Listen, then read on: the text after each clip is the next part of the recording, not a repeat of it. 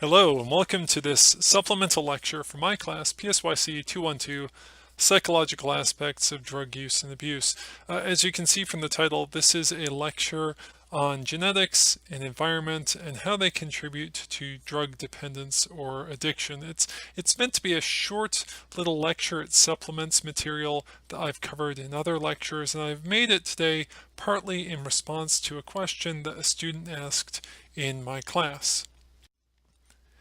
And to kind of get things started, I'll go back to a question I asked relatively early on in this semester in my lecture series, and that is drug use a problem? Or maybe to put it another way, how do we judge the risks associated with drug use? Now, hopefully you can think back to those earlier lectures and recall that there are three broad ways of thinking about the risks associated with using drugs. There are risks of toxicity. There are some drugs which can pose immediate or long-term risks to health. You can overdose or you can become ill if you use the drugs either for short periods of time or over long periods of time in your life. There are risks of dependence or addiction. You can become addicted to drugs. So even a drug which might not be particularly toxic might still be risky in the sense that you could become addicted to it. And most people, all things being equal, don't really want to be addicted to drugs.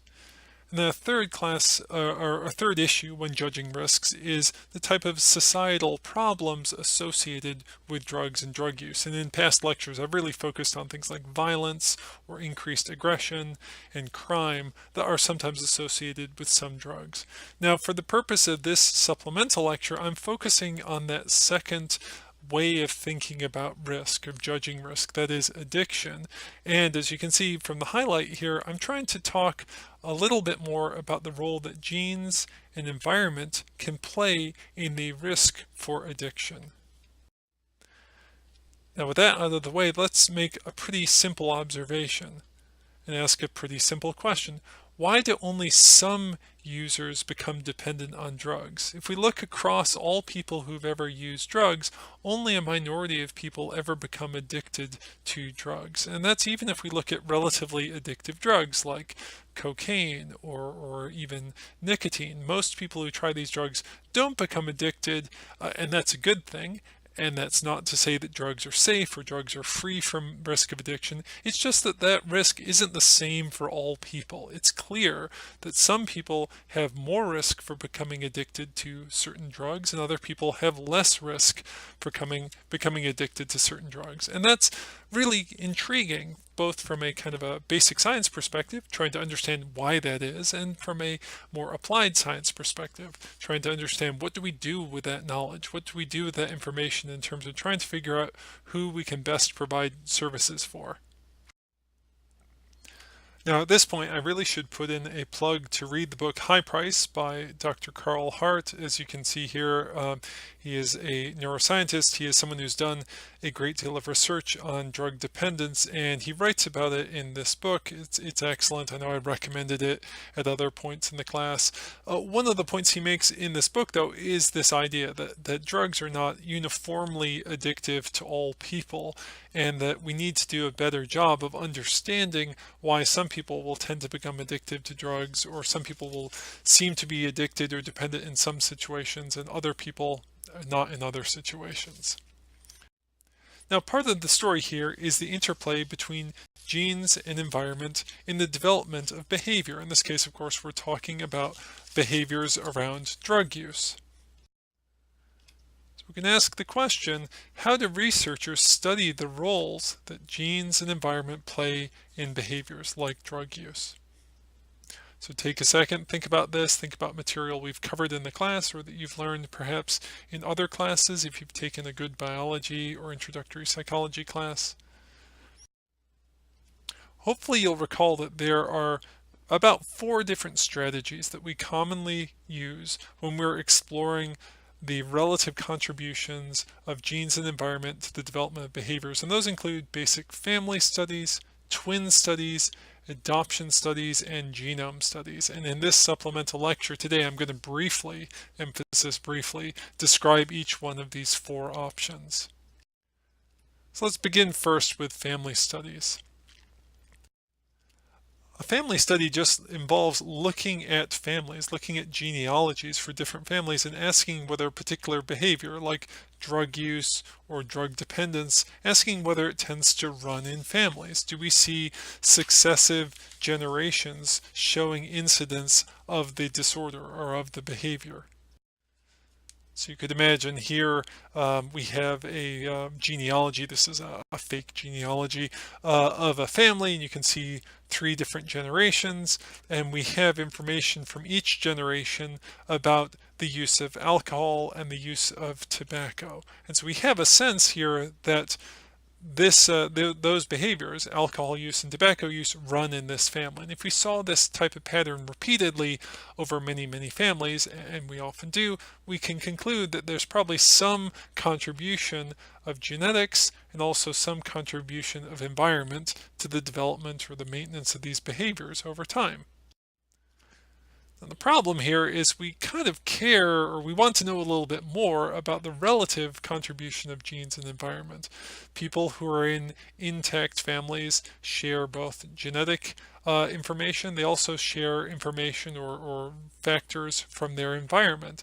And so just noticing that drug use or drug dependence runs in families, it's interesting, but it doesn't really tell us to what extent is this pattern the result of genetics, to what extent is it the result of environment, or to what extent is it the result of some interaction of the two. In order to get a little bit more specific about that question, the relative contribution of genes and environment, we have to move on and not just look at family studies, but focus on twin studies. Twin studies are studies of the similarity, or what's sometimes called the concordance, between twin pairs. And as you know, there are 2 types of twins. There are identical twins, or monozygotic twins. These are twins who arise from a single fertilized egg that divides early in development. They are genetically identical to each other. They're clones of each other. Or there are fraternal twins. Fraternal twins arise from 2 eggs which are fertilized at the same time by 2 different sperms. So these twins grow up and they are not genetically identical to each other. They are as common to each other as any siblings are. So monozygotic twins, identical twins, of course, will be of the same gender. Dizygotic twins may be of the same gender, but they can also be of different genders, and they can be, again, at least genetically speaking, as different as any other siblings can be.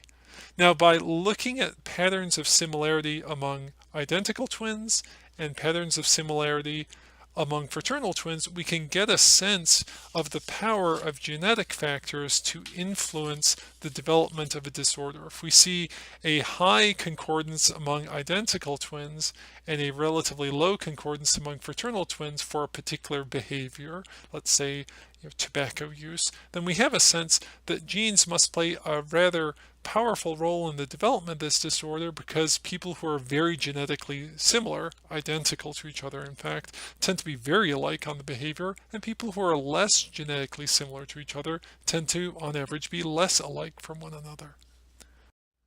This is a little bit of a messy looking graph. You can see it's a rather old copy from a textbook, but what it's trying to illustrate with these red and blue bars are the levels of concordance, that is, the level of similarity or of correlation between twins who are either monozygotic, identical twins in red, or dizygotic, fraternal twins in blue, for a variety of different disorders. You can see alcoholism in males and females, schizophrenia, Alzheimer's disease, depression, reading disabilities, and so on and so on.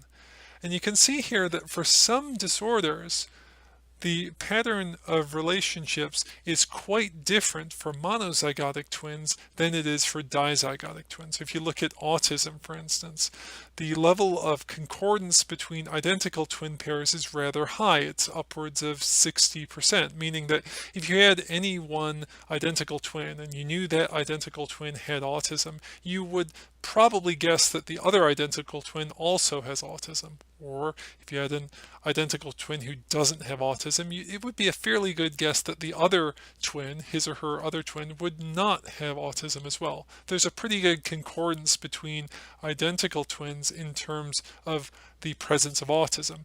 Not so much so for dizygotic twins.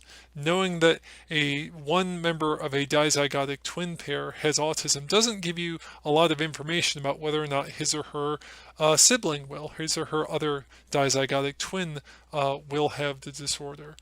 He may not. She may not. We just don't know that much because there's not much of a concordance. There's not much of a correlation between fraternal twins, dizygotic twins, on autism.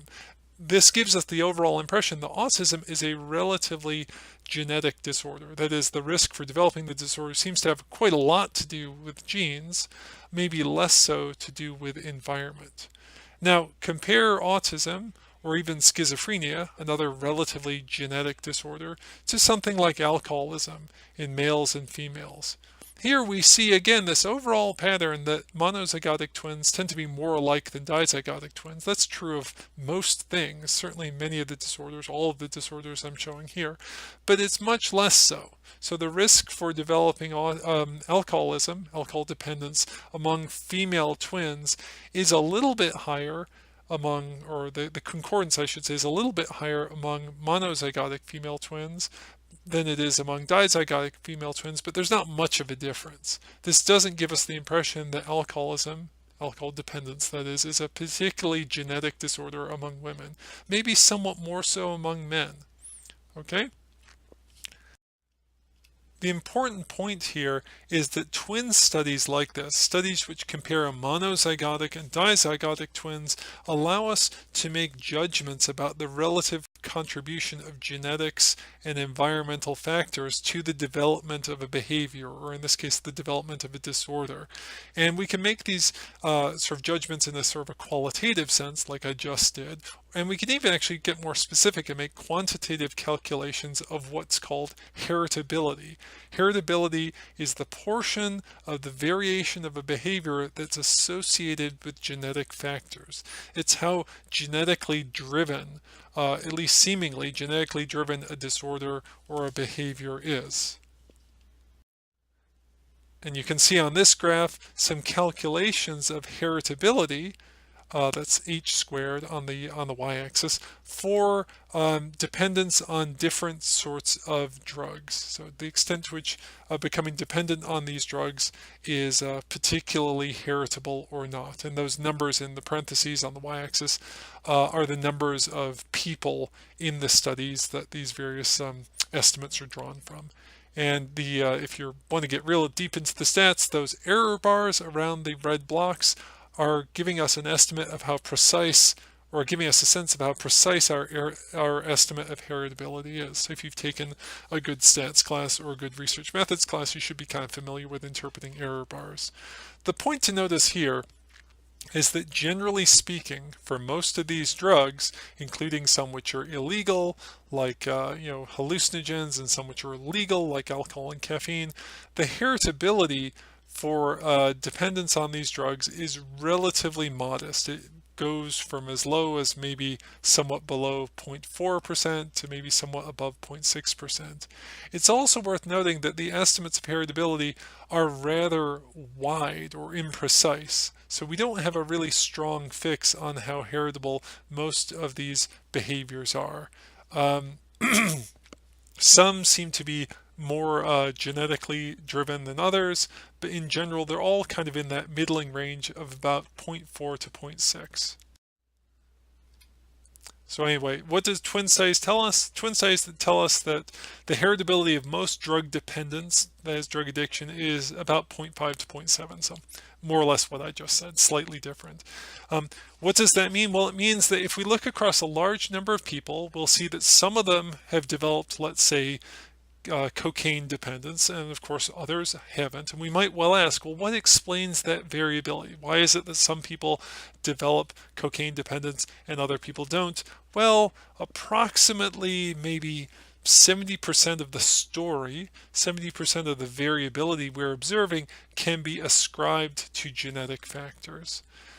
30%, the remaining 30%, therefore, must be due to environmental factors or to an interaction between genetic and environmental factors. There are a couple important points to notice here. One is that heritability estimates don't tell us about drug use in specific. So if we have one drug user, one person who uses cocaine or uses cannabis, we don't know for him how much of his use of drugs is genetically determined. We couldn't say, as I've put in my little quote here, his drug use is half genetic and half environmental. Well, we could say that, but that would be incorrect, or at least we wouldn't have evidence from that of that claim based on genetic research with twin studies. That's not what heritability tells us. Heritability, again, it's telling us about drug use in general.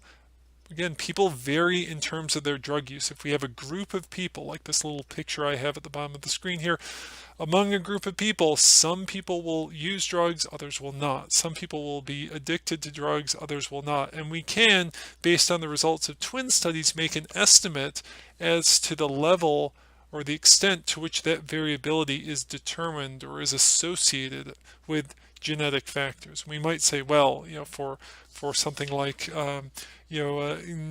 sedative dependence, the tendency to become addicted to sedatives, approximately 50% of the variability we notice seems to be associated with genetic factors. The rest must be associated with environmental factors or the interaction of environmental and genetic factors.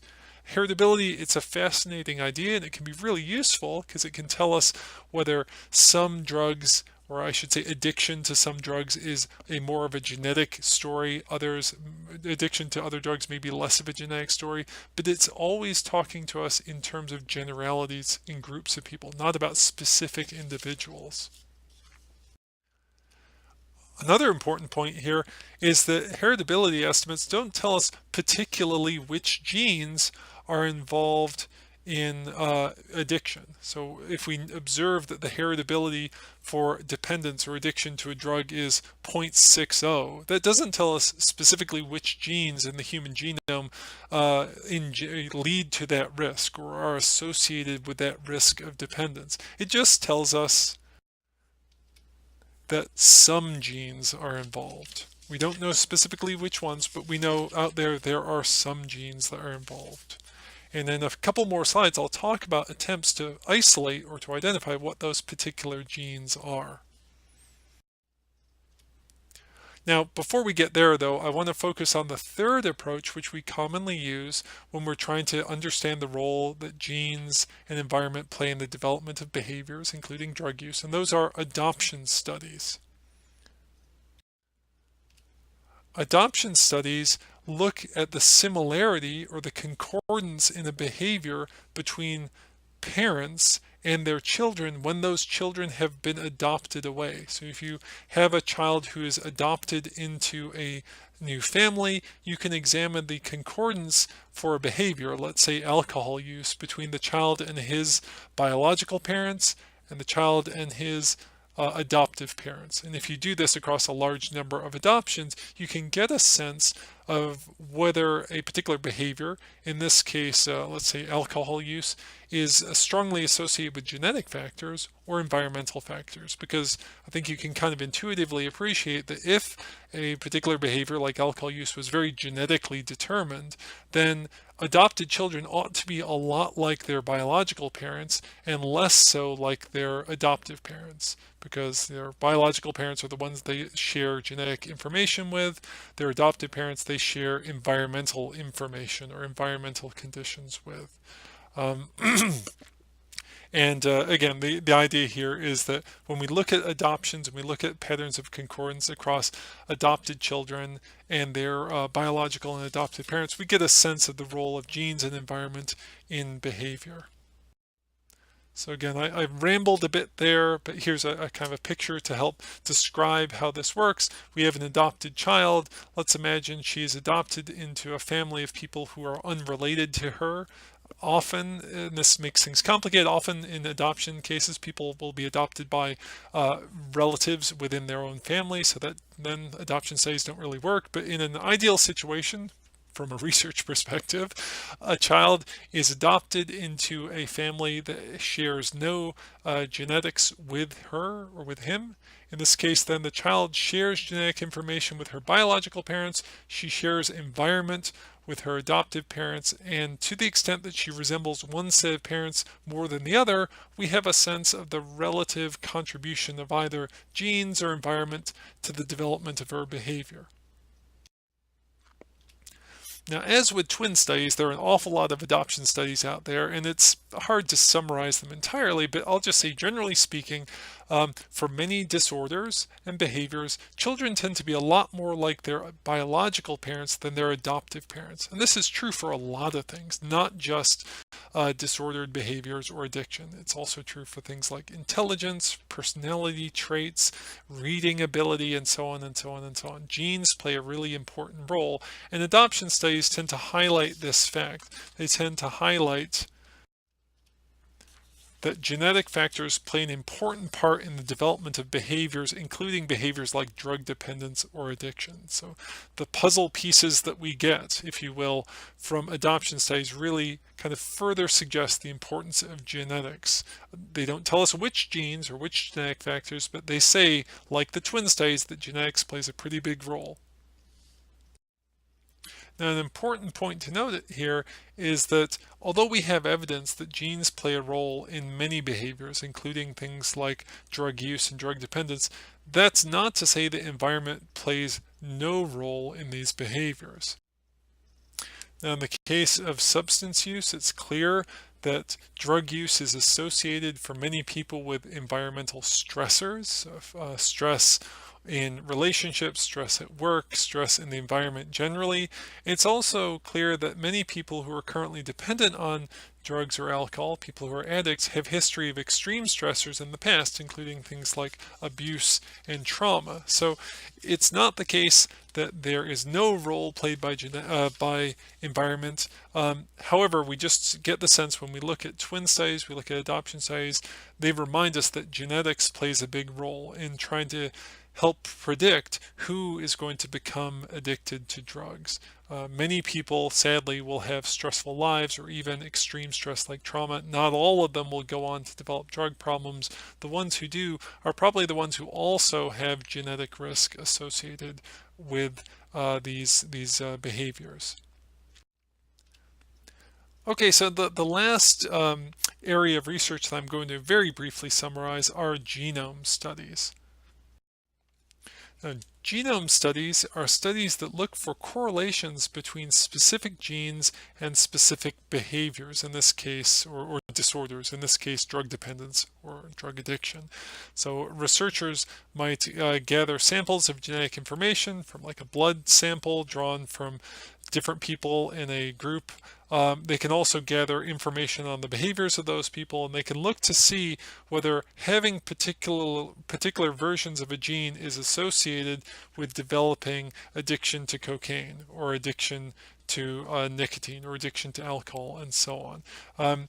This is a very, very broad area of research, and I'm very quickly summarizing it here, but it helps us, or it's designed to help us understand specifically which genes are associated with which behaviors, in this case, which forms of drug addiction or drug dependence. Determining which genes are associated is a daunting task because there are 20,000 to maybe 25,000 different genes in the human genome that we think code for the development of proteins, which are the building blocks of cells, including cells in the nervous system that can give rise to behavior.